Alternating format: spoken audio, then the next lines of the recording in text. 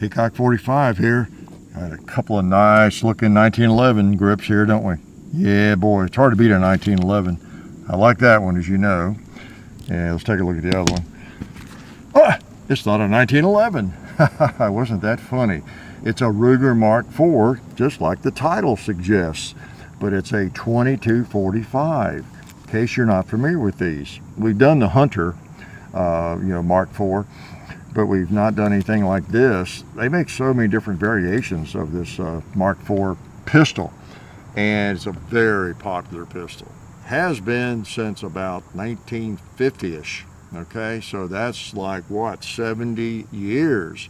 Ruger's been making these guns, and they've gone through some evolution, and guess what? They're a lot easier to break down now, aren't they? Let's shoot it. I've got magazines loaded, okay? So yeah, this is a Ruger Mark IV with a 1911 type grip on it, and thought you might like to see it. It has a bull barrel. No, it's not suppressed, sorry. Oh, let's take the safety off and let's shoot it.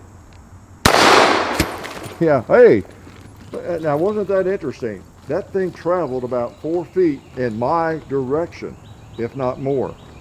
What's that tell you about how targets can react sometimes, okay? Just file that away. All right, let's hit a little, yeah, ooh boy, 12 inch.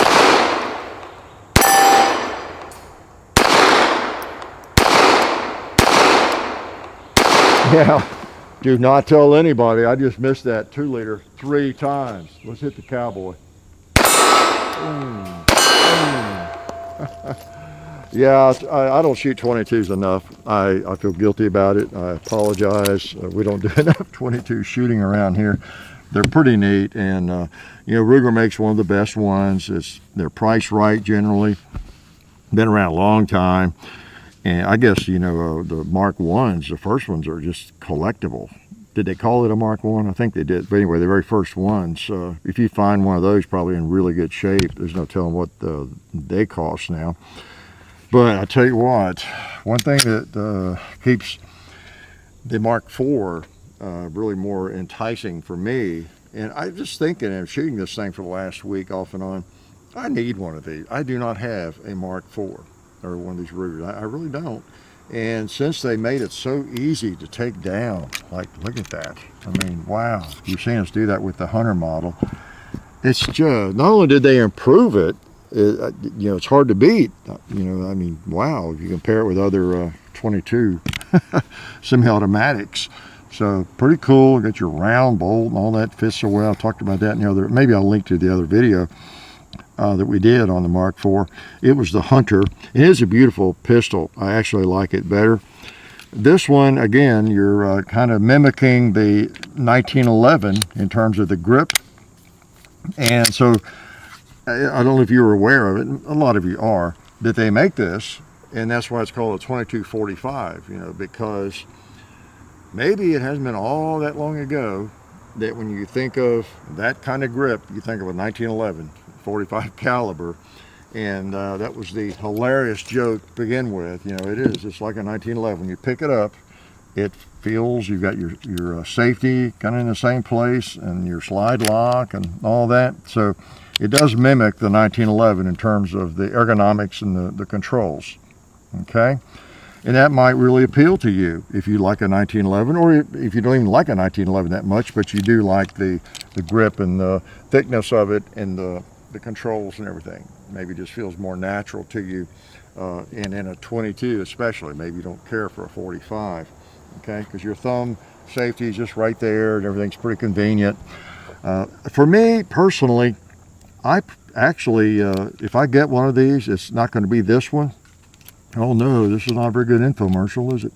But it's fine. It feels fine. I think I'd like the grips to be, the panels a little bit thicker, but with my large hand, I just soon have the standard Mark IV with the regular, a little bit bigger grip and everything. So for my purposes, I don't need to copy a 1911 in this pistol so much, but it feels fine. It does. Let's shoot the other magazine. Okay. So let's shoot this other mag. I just have 2 magazines. All right. Let's smoke a little pot before we run out of ammo. How's that? Safety off? Yes. All right. Hit that target a couple of times. There we go. Didn't miss that one. Let's try and hit the gong.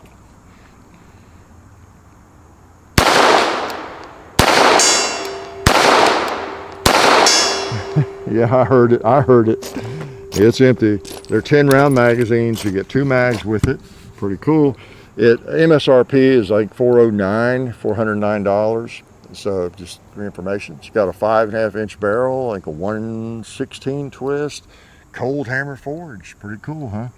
It's drilled and tapped for a rail up here, so you could put a Picatinny rail or I think a Weaver base on there, either one, and put some kind of hot shot red dot or just whatever you'd like on there. It does have the magazine disconnect where it will not fire if you don't have the magazine in it.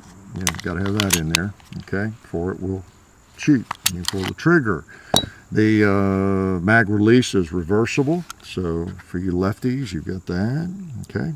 And you do have an ambi on the safety, don't you? Yeah, ambi safety. All right. The bull barrel's kind of neat. I've always liked the bull barrels on these. I've had a friend that's had 1 or 2 of these over the years and has brought it out. We've shot it. There's always nice guns. There really are. I have no reason for not owning one. I apologize. I really do. Let me load a mag. I'm not sure why. I just haven't, but they're pretty cool. 22s are not my first love. As you know, I have a lot of other firearms that I like to shoot a lot, and I've hand loaded since forever, and so I think that might be one reason I got away from shooting as much 22 early on. You think about it, if you don't hand load, 22 is just kind of a natural option when you're young or whatever, because you know, centerfire ammo is really expensive, and 22 is not quite as expensive. Whereas hand loading, you know, took a lot of the expense out of it, especially back in the 70s and 80s. And so I got into big bore stuff pretty early on, fell in love with that, and I kind of, I guess, fell out of love with the 22s so much. But they're just fun. They really are. Great for, you know, training a young person or an old person how to shoot, you know, because you get rid of the recoil. All the other principles are the same, aren't they? For shooting a handgun, it's just that you have much less recoil, virtually none, right? Oh, there's some 12 ounces right there. I must be going high. I don't know where I'm going. Try the other one. Where the heck am I hitting? Let me. All right, John, did you put blanks in that magazine? Okay. All right, let's see what it is here. I see it dripping. I must have hit one of them. There we go. Okay, I think I might just be going through that one. All right, what else? How about that little gopher? Swinger. Yeah. How about the buffalo? Now, it's not going to knock it over, but maybe we'll hear it hit.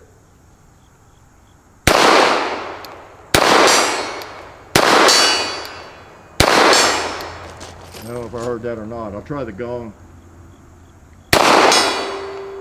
Yeah, I heard the gong. Gong makes more noise because it's swinging. All right, we'll shoot a couple more times. But I want to make you aware of this firearm, this brand new model, the the Ruger Mark. Now, they've been out, the Marks, as I say, in a lot of different versions for a long time. And you very likely have one of them. You know, if you've been into guns very long, it's a very good chance you have one. And I don't, but they're pretty cool. I just got to thinking I hadn't done this, I hadn't shot one like this exactly, and the Mark IV variation, and saw that Bud's had one in stock, and I thought, I'm going to shoot that thing, and probably going to buy one of these if guns ever become available again, so I have a choice on which model. I still like the stainless. I think they look cool. That Hunter looks really cool. It's a really good looking firearm. That might be the one I actually end up with. I don't know, what's your favorite Mark or Mark IV Ruger 22? Most of you, not most of you, but a lot of you have them. And some of you probably grew up with one. I wouldn't doubt that a bit. Wouldn't doubt it a bit. And again, you know, the claim to fame on the Mark IV, you know, the earlier models, now you'll see two stories. Some people, well, it's not that hard. What's wrong with you people? You know, I've had one for a long time. It's not that hard at all to take apart. And I think if you really are experienced and have practiced at it, it's not. The one I had, I was not experienced and practiced at, and I thought, wow. And so I didn't keep it long enough to get experienced and practiced taking it apart and putting it back together. But this one, even a dummy like me can do that and then just pull that bolt out. That's just a dream come true, because you really do need to keep these clean. You know, 22s. You know, if you know anything about that, you know they're dirty, and they do need to be kept clean if you want to, you know, want them to function reliably when you go out and shoot a bunch, and not have to stop in the middle of your shooting at the range and clean the firearm necessarily. And that's kind of the standard. It'd be nice if you could take this to the range, any 22, and yeah, say you're going to fire everything I've got here, a couple hundred rounds or more, and just not have a lot of trouble till you get up into 400 or 500 rounds or more. That's good enough. We're not using these for self-defense, so as long as so when they malfunction, it's more of an annoyance, right? And so I've always said that and thought that with 22 pistols and rifles and everything. I'd like one that will shoot a fair amount, a few hundred rounds before it starts acting up and getting so dirty. And if it starts malfunctioning, so what? It's not like if my Glock malfunctions or my 1911, my carry gun, you know, that's serious business. And I doubt it, you know, from then on if it doesn't seem to be reliable. One of these, it's going to be unreliable after it gets dirty. You can count on that. You can count on it. Let's shoot it fast. Want to? Or see if I can. Put that safety on. All right. All right, wasn't ready, but it feels pretty good. Now that I got 22 for plinking, the ultimate plinker. Let's do a little bowling. Let's hit all the bowling pins. Woo.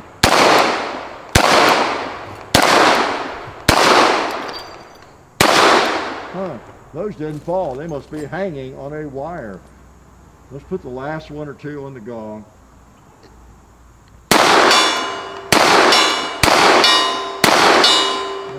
The last four on the gong. So good old plinker, and like I say, the 2245, that's why the grip looks like it came from a 1911. And got the bull barrel, so pretty pleasant piece of hardware. Kind of a trainer, you know. I think that's originally what this format was. I think, in fact, the military, I think, bought some of these. Am I right? Did I dream that? As trainers, and they tried to, with that bull barrel, made it duplicate the weight of a 1911 even, you know, and then you had the grip and everything. So if not for the military, maybe for you, okay, if you're carrying a 1911. So anyway, it had a purpose and it had a place in the world, and it's a pretty nice gun. I've not had a malfunction with it. I've really not, but then again, I've not fired it, you know, 1,000 times. So anyway, Mark IV, 2245. In the Ruger Mark IV target configuration. Pretty cool. Thanks for coming by, and thanks especially for helping the people that help us. Life is good. Tired. It's a long walk from where I had to shoot that. Oh man. Oh hey, didn't see you guys there. Since you're here, I want to let you know about our friends over at Talon Grips and Ballistol. TalonGunGrips.com. Check out everything they have over there. You can get lots of different grips, the stick-on grip textures for your handguns and rifle grips, so go check them out. Also Ballistol, they're a firearms lubricant or anything else you might need lubricating. It's water soluble and non-toxic. Been using it on the compound and cleaning all of our guns. It's a cleaner and a lube for over 10 years. So Ballistol, Talon Grips, definitely check both of those companies out. And also, while you're on the internet, don't forget to go to Hickok45.com. You can also find us on Facebook, Hickok45, Twitter, Hickok45, Instagram, The Real Hickok45, and also I have an Instagram page where I post behind the scenes stuff and different things like that. John, John _ HICKOK45 on Instagram. And the next thing you have to do is watch more videos.